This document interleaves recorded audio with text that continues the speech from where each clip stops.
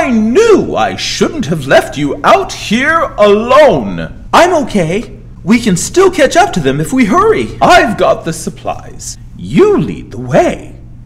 You're a scout now, aren't you? I am. Well, then it's settled.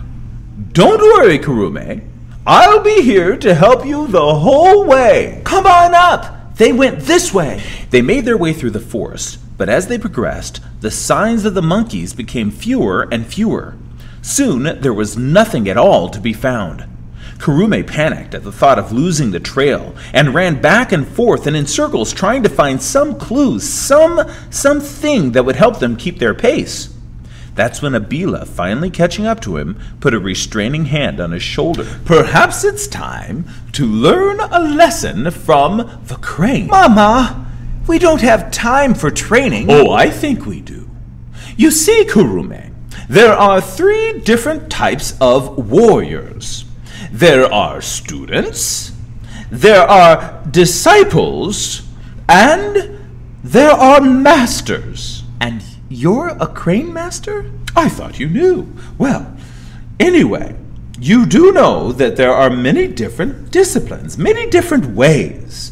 The different creatures teach us different things. The snake teaches us stealth and speed. The leopard teaches us fearlessness and power. The way of the crane teaches us grace, self-control, and poise under pressure, and to be very, very still. Can I be a crane master? Oh, dear boy, I'm sorry, Karume. It could take half a lifetime to master any of the animal disciplines, but you can use the way of the crane to find your own path. And then Abilah did something Karume had seen her do 1,000 times before. She assumed the meditative posture of the crane. She lifted her left leg, bringing her foot to her calf, and then brought her palms together, facing one another, as though she were praying. Her shoulders dropped, her head erect. She finally dropped her ear to one side. Okay, Karume, follow my lead.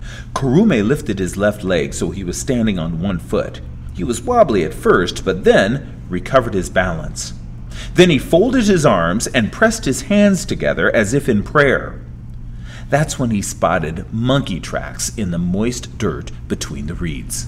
This time I know exactly where you monkeys are headed. Karume led the way as they raced off across the marshland as quickly as the terrain would allow. Walk like the crane, Karume. Notice everything. It's too quiet. Where are all of the birds? Not just the cranes, but all of the birds. There's nothing left. No dragonflies, no honeybees. The monkeys are taking everything. Not everything. Karume noticed a rush of bubbles forming on the boggy surface of the water and stared in horror as the bubble trail began to move right toward them. Suddenly, an enormous alligator burst from the water, jaws gaping, revealing hundreds of spiky, sharp, yellow teeth.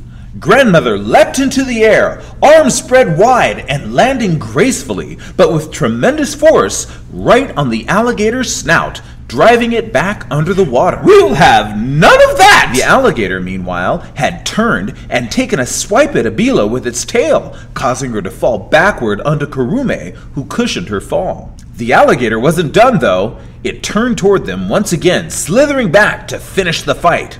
And then out of nowhere came the open jaws of an enormous hippopotamus, which clamped down with tremendous force on the alligator's rough hide. Come on now, Karume!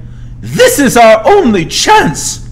They ran away from the warring animals as fast as the mud would allow, leaping from each solid-looking patch of reed or rock to the next. And then it happened. Mama! Karume misjudged his leap and landed in the mud instead. But this time it wasn't ordinary mud. Mama! Quicksand! True to its name, the sticky stuff quickly began to swallow Karume. Abilah spun around to find her grandson trapped, waist deep. Grandmother, hurry! She caught her breath. and began to uncoil the rope from around her waist. Don't struggle, Karume. I'm coming. Karume reached out as far as he could, straining to reach the rope with his outstretched hands. Grab the rope. The mud was now up to his chest, and Karume could feel himself beginning to panic. You can do it, Karume. Karume's shoulders were in the water. Come on. Abilah waded deeper into the muck herself, but there was nothing more she could do to save him. First, calm yourself. Karume lay down flat, and the black mud inched up his neck toward his mouth and nose. Notice everything. He took a deep breath and exhaled slowly. See yourself using all of your power and strength. Then he lunged for the rope. He caught the end with his fingertips. Grandmother began reeling him in immediately. They both tugged on the rope until Karume was safely lying on the solid mud at his grandmother's feet. And then Abilah collapsed to the ground. They lay there recovering with their eyes tightly closed for quite a while. Then, when Karume had started to feel a little better, he rolled on his side and opened his eyes. To his surprise, there in front of him, caught in a tangle of reeds and leaves, was a single, solitary crane feather. He showed the feather to Abilah. Karume rediscovered his strength, and without a word, he leapt into the dense foliage, jumping over down logs and branches, chasing the monkeys with Abilah close behind.